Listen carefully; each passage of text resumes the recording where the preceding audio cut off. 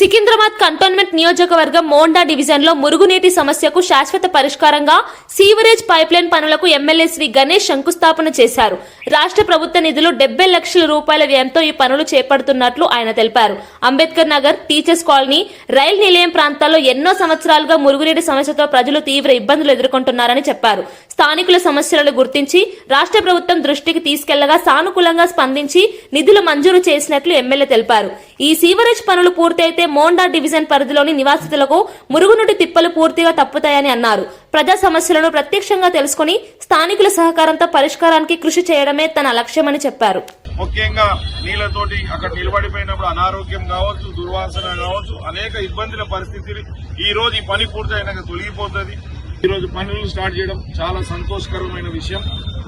దీని ద్వారా ఇక్కడ నీళ్లు అక్కడ టీచర్స్ కాలనీ నుంచి కావచ్చు, అడ్డగుట్ట నుంచి కూడా నీళ్లు వచ్చేది కూడా మామూలుగా కావచ్చు. వర్షం వచ్చినప్పుడు కూడా ఇబ్బందులు అన్ని తొలగిపోయి ఇబ్బంది లేని పరిస్థితులు ఏర్పడుతుంది.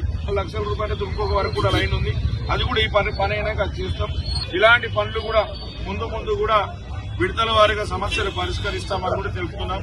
ఈ రోజు ఇక్కడ ఈ వర్క్ ఏదైతే sewerage pipe line work start అవుతుందో అది HMWS నుంచి నిధులు 70 లక్షల రూపాయలు కేటాయించి స్టార్ట్ చేస్తున్నాం.